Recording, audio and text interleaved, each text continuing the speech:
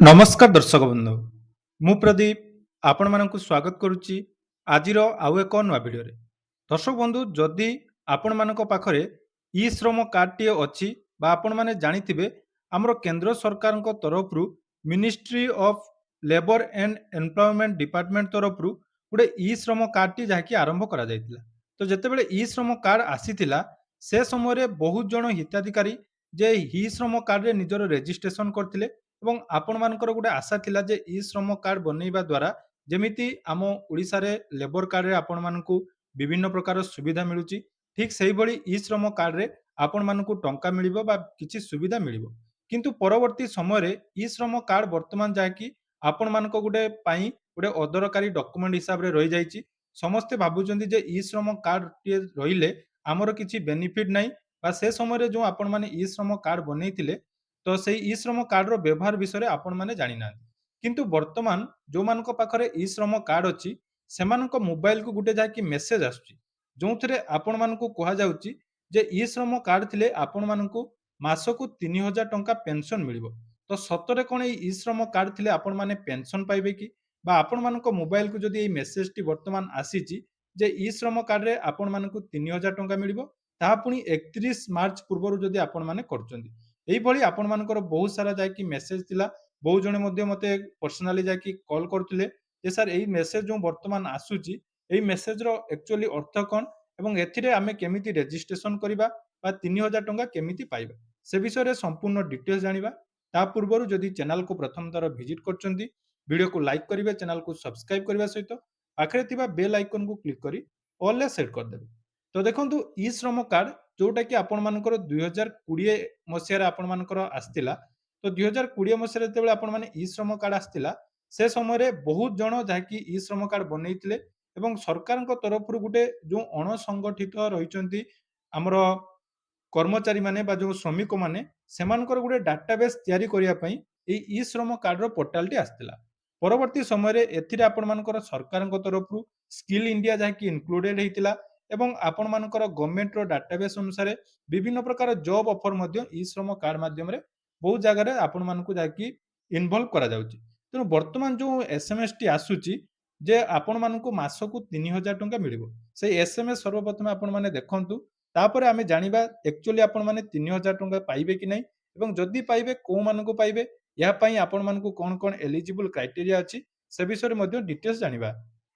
ତ ଦେଖନ୍ତୁ ଏମିତି ଗୋଟିଏ ଏସ୍ଏମ୍ଏସ୍ ବର୍ତ୍ତମାନ ଆପଣମାନଙ୍କର ଆସିଥିବ ଯେ CSE/mandhan.in पर पंजीकरण करें और PM SYM पेंशन जोटा कि 3000 टंका आपण मानकु मिलिबो एवं केबे आपण मानकु रजिस्ट्रेशन करिया पई दिया जाय देखंतु 31/3/2024। अर्थात ए जो PM SYM कोन एटा हला प्रधानमंत्री आपण मानकर श्रमयोगी मानधन योजना। तो ए प्रधानमंत्री श्रमयोगी मानधन योजना रे जो माने पंजीकरण करिवे बा रजिस्ट्रेशन करिवे सेमानकु मासकु जाहाकि 3000 टंका पेंशन मिलिबो एवं एई पेंशन आपण मानकु केबे दिया जिवो देखंतु 60 वर्ष जतेबेले आपण मानकर पूर्ण हबो 60 वर्ष हो सारा पर आपण मैंने पीएम श्रमयोगी मानधन योजना रे जहाँकि 3000 टंका पाइबे। तेणु एथिरे जो एलिजिबल क्राइटेरिया अछि बा को माने एथिरे पंजीकरण करि पारिबे, तो जो मानकर बयस वर्तमान 18 प्लस अछि तो बयस सीमा देखंतु 18 रु 40 वर्ष भितर आपण मानकर हेतिबा दरकार एवं प्रधानमंत्री श्रमयोगी मानधन योजना रे सेही मानको शामिल करा जिवो जो माने जोटा कि अनऑर्गेनाइज्ड वर्कर जो माने रहिचंती बा अणसंगठित जो माने ଶ୍ରମିକ ରହିଛନ୍ତି ସେମାନଙ୍କୁ ଯାହାକି ଏଥିରେ ସାମିଲ କରାଯିବ।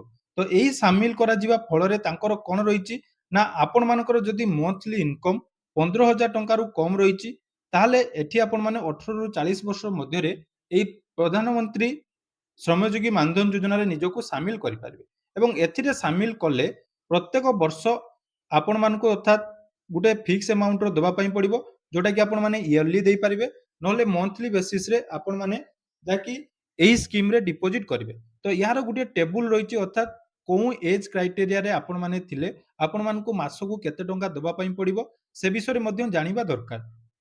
ତ ଦେଖିପାରୁଥିବେ ଏଇଟା ରହିଛି ତାର ସମ୍ପୂର୍ଣ୍ଣ ଚାର୍ଟ। ପ୍ରଥମେ ଆପଣମାନଙ୍କର ଏଜ୍ ଅନୁସାରେ ଦେଖିପାରୁଥିବେ ମନ୍ଥଲି ଆପଣମାନଙ୍କର କଣ୍ଟ୍ରିବ୍ୟୁସନ 55 ଟଙ୍କାରୁ ଆରମ୍ଭ ହେଉଛି। ଅର୍ଥାତ୍ ଯଦି ଜଣେ 18 ବର୍ଷର ଜଣେ ଅନଅର୍ଗାନାଇଜ ୱାର୍କର ନିଜ ନାମରେ ପ୍ରଧାନମନ୍ତ୍ରୀ ଶ୍ରମଯୋଗୀ ମାନଧନ ଯୋଜନାରେ ନିଜକୁ ସାମିଲ କରିବା ପାଇଁ ଚାହୁଁଛନ୍ତି ତାହେଲେ ମନ୍ଥଲି କଣ୍ଟ୍ରିବ୍ୟୁସନ ତାଙ୍କର 55 ଟଙ୍କା ରହିବ ଏବଂ ସେଣ୍ଟ୍ରାଲ ଗଭର୍ଣ୍ଣମେଣ୍ଟ ଆପଣମାନଙ୍କୁ ଆଉ 55 ଟଙ୍କା ଲେଖାଏଁ ଦେବ, ଯୋଉଟାକି ଆପଣମାନେ 110 ଟଙ୍କା ଆପଣମାନଙ୍କର ପ୍ରତ୍ୟେକ ମାସ ଆପଣମାନଙ୍କର ଏଇ ଆକାଉଣ୍ଟରେ ଜଏଣ୍ଟ ହବ ଏବଂ ସେଇଭଳି ଆପଣମାନେ ଯୋଉଟାକି 60 ବର୍ଷ ପର୍ଯ୍ୟନ୍ତ ଏହି ସ୍କିମ୍ରେ ଆପଣମାନଙ୍କର ଟଙ୍କା ଯାଇକି ଡିପୋଜିଟ୍ କରୁଥିବେ ଏବଂ ମ୍ୟାକ୍ସିମମ୍ ଆପଣମାନଙ୍କର 40 ବର୍ଷ ବୟସରେ ଯଦି ଆପଣମାନେ ପ୍ରଧାନମନ୍ତ୍ରୀ ଶ୍ରମଯୋଗୀ ମାନଧନ ଯୋଜନାରେ ନିଜକୁ ସାମିଲ କରୁଛନ୍ତି, ପ୍ରତ୍ୟେକ ମାସ ଆପଣମାନଙ୍କୁ 200 ଟଙ୍କା ଯାଇକି ଦେବା ପାଇଁ ପଡ଼ିବ ଏବଂ ଯେତେବେଳେ ଆପଣମାନଙ୍କର 60 ବର୍ଷ କମ୍ପ୍ଲିଟ୍ ହବ, ସେ ସମୟରେ ଆପଣମାନଙ୍କୁ ପ୍ରତ୍ୟେକ ମାସ ଯୋଉଟାକି 3000 ଟଙ୍କା ପ୍ରଦାନ କରାଯିବ। ତ ବର୍ତ୍ତମାନ କଥା ହେଲା ଯେ ଆପଣମାନେ ଏହି ସ୍କିମ୍ରେ ନିଜକୁ ସାମିଲ କରିବେ କି ନାହିଁ। ଦେଖନ୍ତୁ ଏଇଟା ଆପଣମାନେ ସାମିଲ କରିବେ କି ନାହିଁ ସେଇଟା ଆପଣମାନଙ୍କ ଉପରେ ଡିପେଣ୍ଡ କରେ, କିନ୍ତୁ ଯେ ଇ ଶ୍ରମ କାର୍ଡରେ ଯେଉଁ 3000 ଟଙ୍କା ମିଳିବା ପାଇଁ ଆପଣମାନଙ୍କୁ କୁହାଯାଉଛି, ସେଇ 3000 ଟଙ୍କା ଆପଣମାନେ ଯଦି ପିଏମ୍ ଆପଣମାନଙ୍କର ସୌମ୍ୟ ମାନଯୋଗୀ ଶ୍ରମ ଯୋଗୀ ମାନଧନ ଯୋଜନାରେ ନିଜକୁ ସାମିଲ କରୁଛନ୍ତି, ତାହେଲେ ଯାଇ ଆପଣମାନେ ପାଇବେ, ନହେଲେ ଏଠି ଆପଣମାନଙ୍କୁ ସେସବୁ ସୁଯୋଗ ମିଳିବ ନାହିଁ। ଏହାର ଯେଉଁ ଆବେଦନର ପ୍ରକ୍ରିୟା ରହିଛି, ଦେଖନ୍ତୁ ଆପଣମାନେ ସର୍ବପ୍ରଥମେ ଇ ଶ୍ରମ କାର୍ଡର ଯେଉଁ ଅଫିସିଆଲ ପୋର୍ଟାଲ ରହିଛି, ସେଇ ଅଫିସିଆଲ ପୋର୍ଟାଲକୁ ଆସିବେ।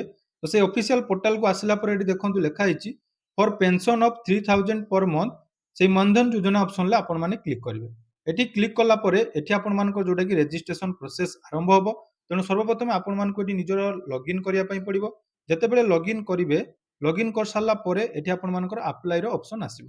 ତେଣୁ ନିଜ ବ୍ୟାଙ୍କ ଆକାଉଣ୍ଟ ଯୋଉଟାକି ଦେବେ, ସେଇ ବ୍ୟାଙ୍କରୁ ପ୍ରତ୍ୟେକ ବର୍ଷ ଆପଣମାନଙ୍କର ଯାହାକି ଆପଣମାନଙ୍କର ଏଜ୍ ଅନୁସାରେ ଯୋଉଟାକି ଟଙ୍କା କଟିବ ଏବଂ 60 ବର୍ଷ କମ୍ପ୍ଲିଟ୍ ହେଲା ପରେ ଆପଣମାନଙ୍କୁ ଏହି ସୁଯୋଗ ପ୍ରତ୍ୟେକ ମାସ ଆପଣମାନଙ୍କୁ 3000 ଟଙ୍କା ମିଳିବ ଏବଂ ବହୁ ଜଣଙ୍କର ମଧ୍ୟ ଡାଉଟ୍ ଥିବ ଯେ ଯେଉଁ 3000 ଟଙ୍କା ମିଳିବ, ତାପରେ ଆପଣମାନେ ମଧୁବାବୁ ପେନସନ ଯୋଜନାର ଟଙ୍କା ପାଇପାରିବେ କି ନାହିଁ। ସେ ଟଙ୍କା ଆପଣମାନଙ୍କୁ ମିଳିବ, ଯେହେତୁ ଆପଣମାନେ ଏହି ସ୍କିମ୍ରେ ଇନଭେଷ୍ଟମେଣ୍ଟ କରିଛନ୍ତି, ତେଣୁ ଏଇଟା ଆପଣମାନଙ୍କର ଗୋଟେ ରିଟାୟାରମେଣ୍ଟ ଟାଇପ୍ର ଯୋଉଟାକି ପେନସନ। ତେଣୁ ରିଟାୟାରମେଣ୍ଟ ସମୟରେ ଅର୍ଥାତ୍ ଆପଣମାନଙ୍କ ବୟସ ଯେତେବେଳେ 60 ପ୍ଲସ୍ ହେଉଛି, ଏହି ସ୍କିମ୍ରେ ଆପଣମାନଙ୍କୁ ସାମିଲ କରାଯିବ। ତ ବର୍ତ୍ତମାନ ଯେଉଁ ପ୍ରଶ୍ନ ଆସିଲା, ଆପଣମାନଙ୍କର ଯେଉଁ ମେସେଜ ଆସିଛି, ତ ଆପଣମାନେ 31 ମାର୍ଚ୍ଚ ପୂର୍ବରୁ କରିବେ କି ନାହିଁ। ଆପଣମାନେ ସମସ୍ତେ ଜାଣିଛନ୍ତି ଏଇଟା ହେଲା ଫାଇନାନ୍ସିଆଲ ଇୟରର ଏଣ୍ଡ, ତେଣୁ 31 ମାର୍ଚ୍ଚରେ ଯଦି ଆପଣମାନେ କରୁଛନ୍ତି, ଏଇଟା ଆପଣମାନଙ୍କର ଗୋଟେ ଇୟର କାଉଣ୍ଟ ହେଇଯିବ। ତେଣୁ 31 ମାର୍ଚ୍ଚ ସୁଦ୍ଧା ଯେଉଁମାନେ ବି ଏଲିଜିବଲ ଅଛନ୍ତି ବା କରିବା ପାଇଁ ଚାହୁଁଛନ୍ତି, ତାହେଲେ ଆପଣମାନେ କରିପାରିବେ। ତ ଯଦି ଆପଣମାନଙ୍କର ଏଇଭଳି ମେସେଜ ଆସିଛି ଏବଂ ଆପଣମାନେ ପ୍ରଧାନମନ୍ତ୍ରୀ ଶ୍ରମଯୋଗୀ ମାନଧନ ଯୋଜନାରେ ସାମିଲ ହେବା ପାଇଁ ଚାହୁଁଛନ୍ତି, ତ ଏହାର ଆବେଦନ କେମିତି ହେବ ସେ ବିଷୟରେ ଡିଟେଲ ଜାଣିବା ପାଇଁ କମେଣ୍ଟ କରନ୍ତୁ। ଏହାର ପରବର୍ତ୍ତୀ ଭିଡ଼ିଓରେ ଆମେ କେମିତି ଆବେଦନ ହେବ ଏବଂ ଇ ଶ୍ରମ କାର୍ଡ ଯେଉଁମାନଙ୍କ ପାଖରେ ଅଛି ସେମାନେ କେମିତି ଏହାର ଲାଭ ନେଇପାରିବେ, ସେ ବିଷୟରେ ସମ୍ପୂର୍ଣ୍ଣ ଡିଟେଲ ଜାଣିବା।